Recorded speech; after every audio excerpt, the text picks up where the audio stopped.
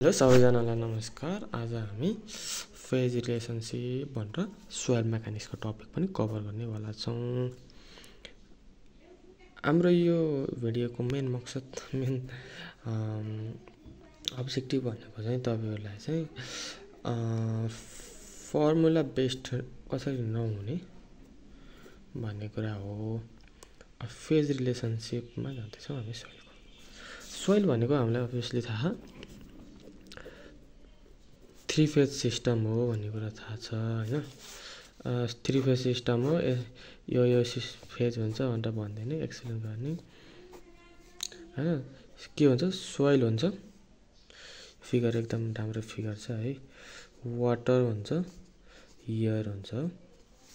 अब हामीले यसलाई कसरी बनाउन सक्छौँ भन्दाखेरि यो साइडतिर तपाईको भोल्युम देखाइदिउँ, यो साइडतिर तपाईको वेट देखाइदिउँ, अनि हुन्छ 3 फेज डायग्राम है। अब भोल्युम देखाउँदै गर्दाखेरि पहिला सबसे सानो कुरा देखाउन पर्यो हैन।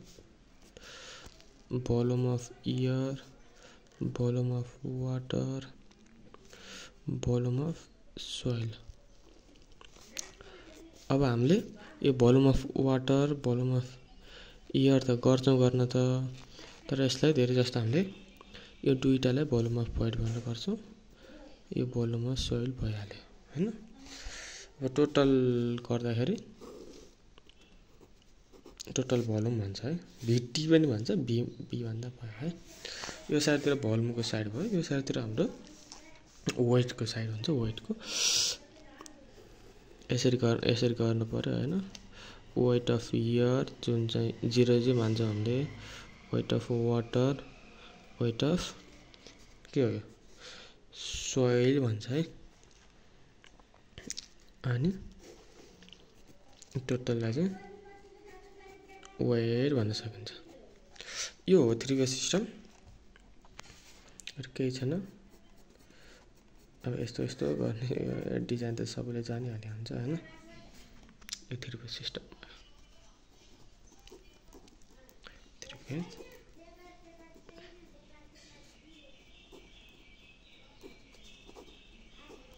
यो भयो है 3 फेज सिस्टमको फिगर। अब हामीसँग थुप्रै रिलेसनसिपहरू छन्। वेट त छैन, वेट चाहिँ छैन हैन। कि छ वेट रिलेसनसिप पनि छ होला, यो चाहिँ छैन होला। वेट भोल्युम टु भोल्युम रिलेसनसिपको कस्तो छ हैन। मास टु भोल्युम रिलेसनसिपहरू, वेट टु भोल्युम रिलेसनसिप हैन। मास टु मास अथवा वेट यो पनि छ है। यस्तो खाले रिलेसनसिपहरू हामी पढ्न गइरहेका छौँ। अब हामीलाई के छ भन्दाखेरि मास भोल्युम रिलेसनसिप भन्छ। अब यो भनेको के हो? इक्वल टु m/v भयो। यस्तो कुराहरू त के भन्नु है। गामा वेट भोल्युम भनेको चाहिँ अब सानो कुरा हो नि त हैन। अनि यसलाई स्पेसिफिक ग्राभिटी भनेर भन्छ हैन। के हो? Weight of soil by weight of water at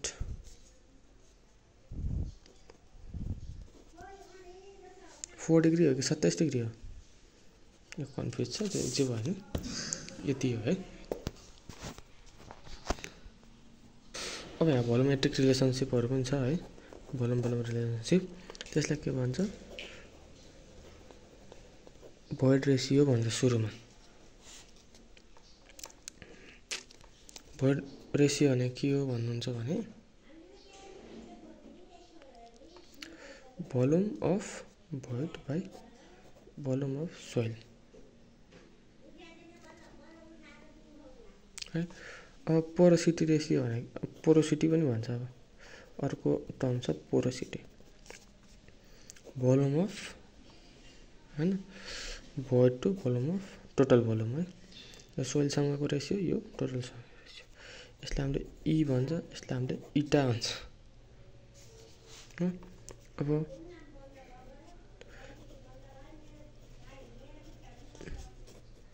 degree of saturation भन्छ अर्कोलाई।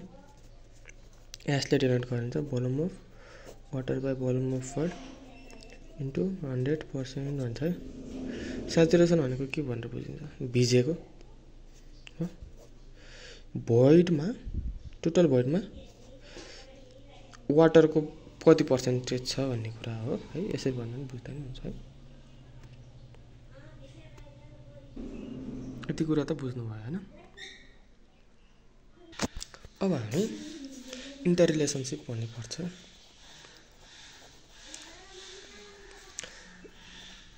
अगाडिको कुराहरू एकदम इम्पोर्टेन्ट कुरा हो, बेसिक कुरा हो अगाडिको। इन्टर रिलेसनसिप ती कुराहरू डिराइभ गर्दै जाने है। सुरुमा हामीले डिराइभ मात्र गर्छौँ, यो याद गर्दा नि भयो। म भन्छु कि अब उता गर्दाखेरि सबै कुरा याद नहोला, मिलाएर गर्नु पर्यो। कोही याद गर्ने, कोही सिधै गर्ने। जस्तो अब हामीले के थाहा, हामीले इन्टर रिलेसन गर्दाखेरि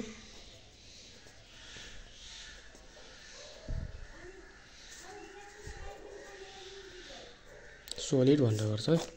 यो चाहिँ याद राख्नु पर्यो है। द्याट इज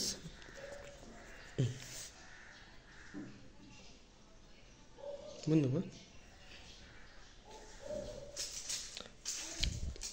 अब relation of void ratio and porosity भन्छ है। अब के थाहा हामीलाई, void ratio equal to VV by के हो, भोल्युम अफ सोइल हो। अब VV volume of soil equal to कति हो, 1 हो।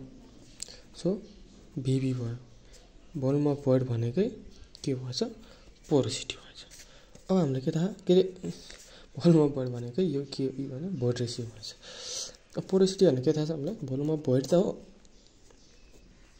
तर के हो, भी मात्र हो। भोल्युम अफ void भने के आयो, ई आयो। टोटल भोल्युम भी भने volume of soil plus volume of void। हेरौँ त ब्लक डायग्राम हेरौँ त।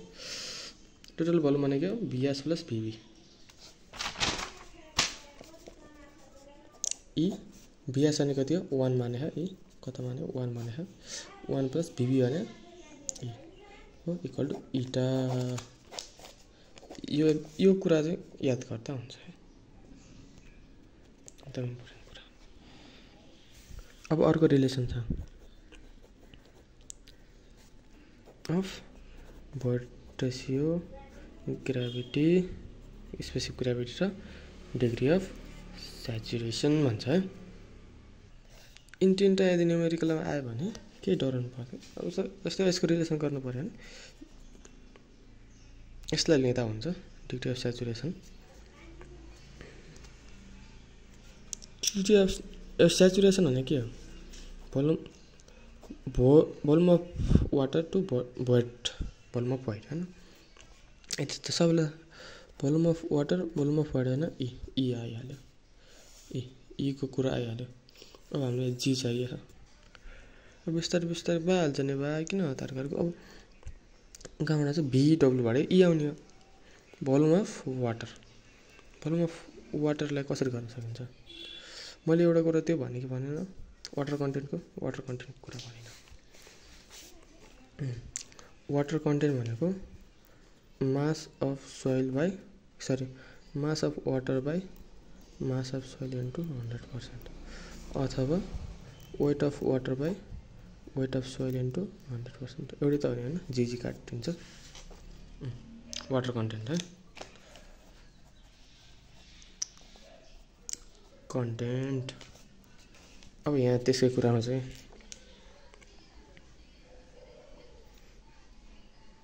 भोल्युम अफ वाटर दियो। यसलाई त सिधै गर्न सकिँदैन। भोल्युम अफ वाटर हामीले यो चाहिँ हुँदैन, मतलब यो कसरी मेजर गर्ने कुरा पनि त्यसमा दिएको छ होइन। भोल्युम अफ वाटर कुरा त्यस्तो खाले भोल्युम अफ वाटर भन्नु हुँदैन।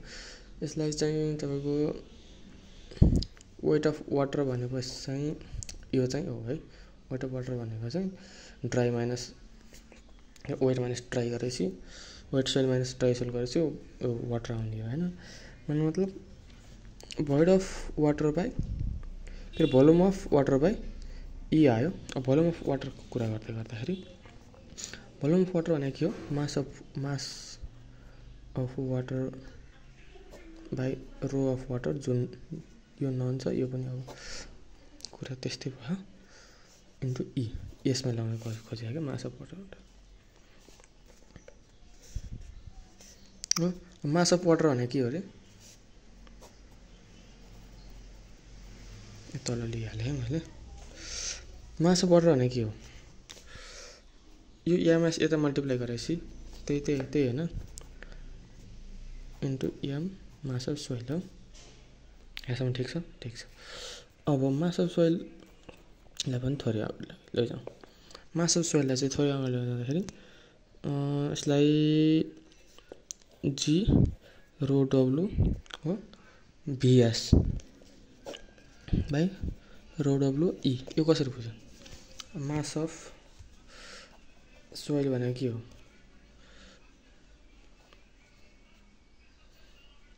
मास भनेको के हो? रो बी होइन। मास अफ सोइल भनेको rho of S into rho S भनेको के हो? जी इन्टु रो डब्लु, त्यो भनेको हो। अनि भिएस भने भिएस भयो, भिएस भने 1 भयो, यो क्यान्सल भयो, W G by E S.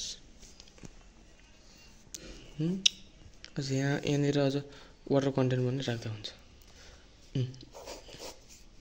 यही हो हाम्रो एउटा इन्टर रिलेसनसिप। यसको यो पनि युज भइराख्ने कुरा हो। हाम्रो म्याक्सिमम् कुराहरू निकाल्नु यिनी कुराहरू हुन्छ क्या न्युमेरिकल पार्टमा। यो पनि एकदम इम्पोर्टेन्ट कुरा छ है। यिनीहरूलाई इन्टररिलेसन गरेर एउटा निकाल्न भने यसरी निकाल्न पनि पर्ने हुन्छ क्या, एकदम इम्पोर्टेन्ट रिलेसनसिप। यसलाई कसरी गर्ने? यसलाई हामीले अझ यो निमोनिक भन्छ होइन। त्यसको लागि चाहिँ E by EG equal to होइन ओएस हो, इजिओएस यो भनेको एउटा रिलेसनसिप हो यसको, EGOS is very important relationship. अब हाम्रो अर्को इन्टर रिलेसनसिप छ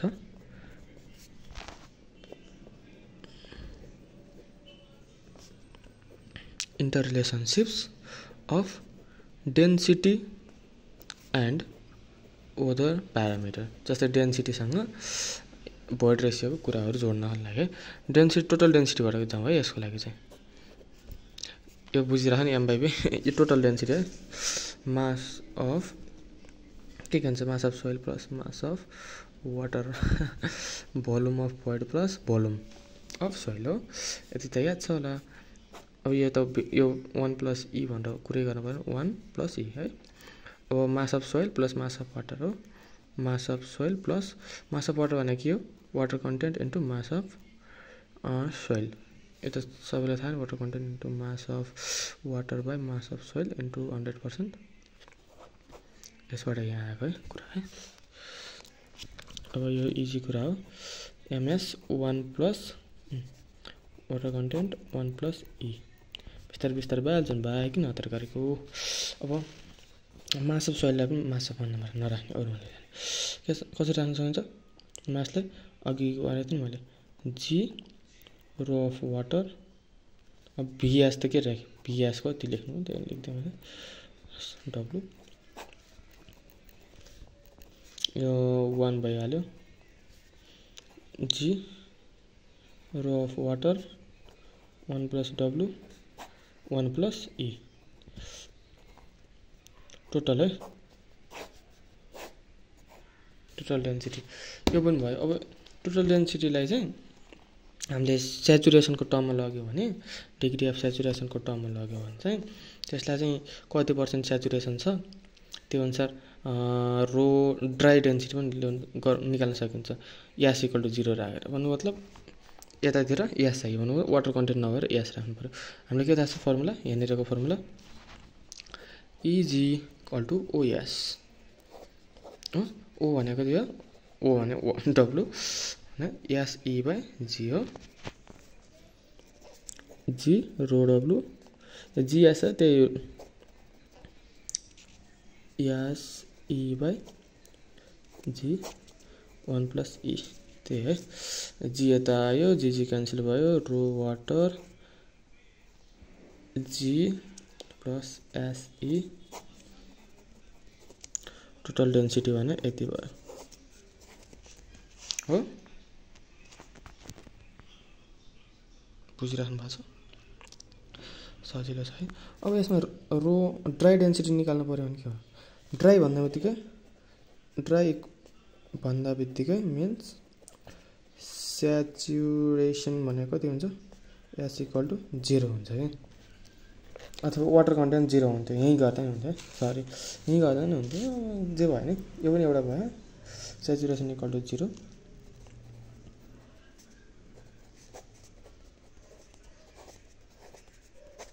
यो कुरा भयो है, इन्टरलेसन डेन्सिटी र अरू प्यारामिटरको कुरा हो। अब हामी यसमा के पनि गर्न सक्छौँ भन्दाखेरि स्याचुरेसनको कुरा, जस्तै अब स्याचुरेसन इक्वल टु 1 भयो भने फुल्ली स्याचुरेटेड हुन्छ है। यो क्वेसनहरुमा भन्यो भने यो यसको भ्यालुमा 1 राख्दिनु भयो होला। फुल्ली कम्प्याक्ट भन्यो भने इक्वल टु 0, फुल्ली कम्प्याक्टेड भन्यो भने ई इक्वल टु 0 भनेर गर्ने। अब हामी जाँदैछौँ सबमर्ज्ड भन्ने कुरा।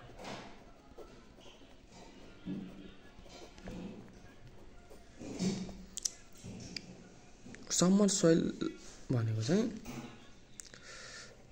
पानी भित्र भिजेको सोइल। स्याचुरेटेड भने के बुझिन्छ, पानीले भिजेको। पानी त हो यार, अरू सोइलमा अरू केले भिज्छ र हैन, पानी चाहिँ सम्झ्यो क्या, लिक्विड भन वाटरै भन्यो यार, वाइट अफ वाटर। पानीले भिजेकोलाई चाहिँ फुल्ली स्याचुरेटेड, पानी भित्र भिजेकोलाई चाहिँ सबमर्ज्ड सोइलको हामीले अब युनिट वेट निकाल्ने कुराहरू छ है। यसलाई यसरी डेनोट गरिन्छ है। यसलाई चाहिँ रो स्याचुरेसनकोबाट हैन, जो तपाईको वाटर कन्टेन्ट रे unit weight of saturated soil minus unit weight of water घटायो भने सबमर्ज्ड सोइलको युनिट वेट आउँछ अन्त भन्ने कुरा भयो हैन। अब स्याचुरेटेड भनेको भन्दा बित्तिकै यहाँ है, स्याचुरेटेडको रो कति हुन्छ, यसलाई कति राख्नु पर्यो, 1 राख्नु पर्यो। भनेको मतलब rho water G plus S 1 राखिसकेपछि ई मात्र बाँकी रह्यो minus rho of water, which gives rho of water common लिएर 1 plus E G plus E minus 1 minus E rho of water 1 plus E G minus 1। यो formula आयो है। यसो सिधै यो फर्मुला नहुनु, यो याद गर्न परिहाल्यो। यो कुरा यो चाहिने कुरा पनि त यो भइसकेपछि यसमा यो गरेर यही मात्र याद गरेर माइनस रो डब्लु गरिदिउँ नि त, भइहाल्यो नि, सबमर्ज्डको आयो। यो कुरा भयो। यो कुराहरूलाई चाहिँ हामीले चाहिँ घोक्दैनौँ। घोक्ने भनेको याद राख्नु भनेको यो अनि यस्ता कुराहरू ध्यानमा राख्नु पर्यो। एम भनेको एमएस प्लस एमडब्लु, यो भनेको बी प्लस बीएस, अनि त्यसै गरी भोइड रेसियो भिबी बाई भिएस हो, पोरोसिटी भिबी बाई भी हो, डिग्री अफ सेचुरेसनको यो फर्मुला, वाटर कन्टेन्टको यति कुराहरू हैन। यस्ता कुराहरू टक्क याद राख्ने कुराहरू राख्नु पर्यो। यो भनेको पनि याद राख्नु पर्यो, यो डिराइभ गर्न चाहिँ हुन्छ, यति कुरा चाहिँ याद भइहाल्छ है, सजिलो देखिरहेको। अब यो ओएस इजिओएस यो कुरा मैले याद गराइसकेको थिएँ, लगभग यति यो कुरा। अब हामी न्युमेरिकल डिल गर्छौँ, जुनमा चाहिँ कसरी कुराहरू जान्छ, कस्ता कुराहरू गिभन हुन्छ धेरै जस्तोमा, त्यो कुराहरूको कन्सेप्ट आइसकेपछि बुझिन्छ। Thank you for watching.